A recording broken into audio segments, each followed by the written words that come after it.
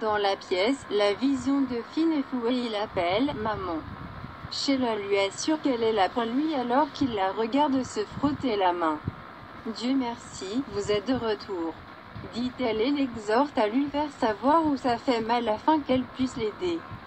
Finn regarde autour de lui puis regarde Sheila. Il se rend compte qu'il n'est pas à l'hôpital. Sheila confirme qu'elle prend soin de lui mais Finn dit « Steffi. » Où est Steffi? Sheila se démène et dit que Steffi et les enfants vont bien, ils voyagent, et qu'il doit se concentrer sur la récupération de ses forces. Elle parle de le perdre presque à quelques reprises, et dit qu'elle ne le perdra plus. Finn essaie de parler à travers elle et veut savoir ce qui s'est passé. Il essaie de s'asseoir et n'y arrive pas, il souffre trop. Sheila révèle finalement qu'il est dans cet état parce qu'on lui a tiré dessus. « Et je suis vraiment désolée, dit-elle. Vous avez été abattu. » Elle raconte à Finn à quel point il a été courageux, il est revenu et a tellement de raisons de vivre. Finn veut qu'elle l'emmène à l'hôpital mais elle ne peut pas. Elle promet de prendre soin de lui et de le rendre à la santé à l'homme qu'il était avant l'accident. La fusillade. C'était un terrible accident, dit Sheila. Tu n'aurais jamais dû te faire tirer dessus et je suis désolée. Finn se souvient alors avoir couru au restaurant et Steffi lui avoir dit que tout ce qui s'était passé le soir du Nouvel An avait été déclenché par sa mère. Finn regarde Sheila, qui lui demande s'il se souvient de cette nuit et de ce qui s'est passé. Finn se souvient être entré dans la ruelle et avoir vu Steffi avec Sheila pointer l'arme sur sa femme.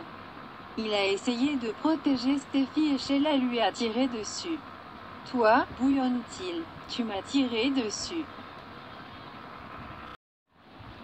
À la maison de la falaise, Rich et Taylor parlent de Steffi et des enfants, puis ils se souviennent quand Steffi était petite et comment elle s'amusait toujours à jouer à Forrester.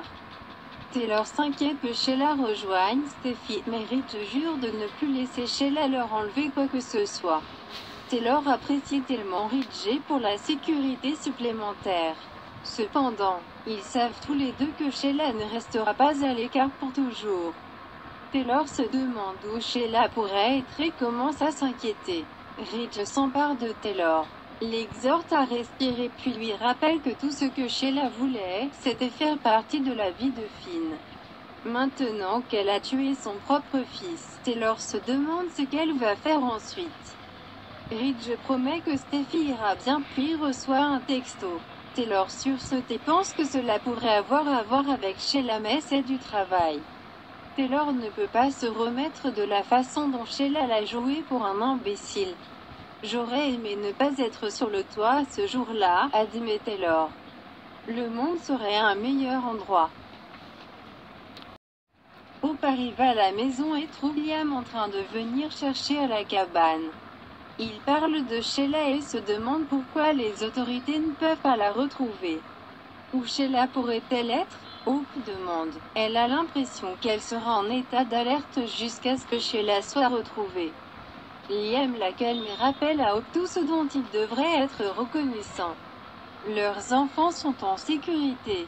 Ils changent de sujet pour Eric et Donna et tous deux conviennent qu'ils ont du sens ensemble.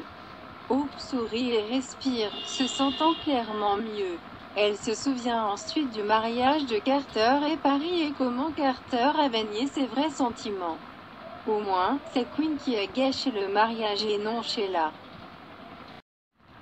Même s'ils ont renforcé la sécurité, Liam se demande si Brooke se sentirait mieux s'il montait vers le tuyau principal.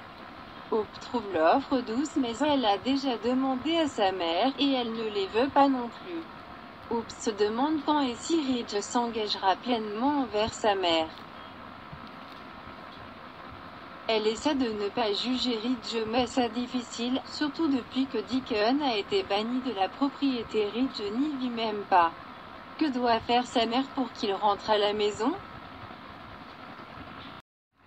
Brooke est assise dans le manoir, dans le noir, et entend quelqu'un à la porte. C'est Ridge. Brooke est soulagée depuis la coupure de courant, et elle a trébuché et s'est blessée à la jambe. Il parle de Sheila qui est toujours dehors et Ridge va chercher de la glace pour Brooke.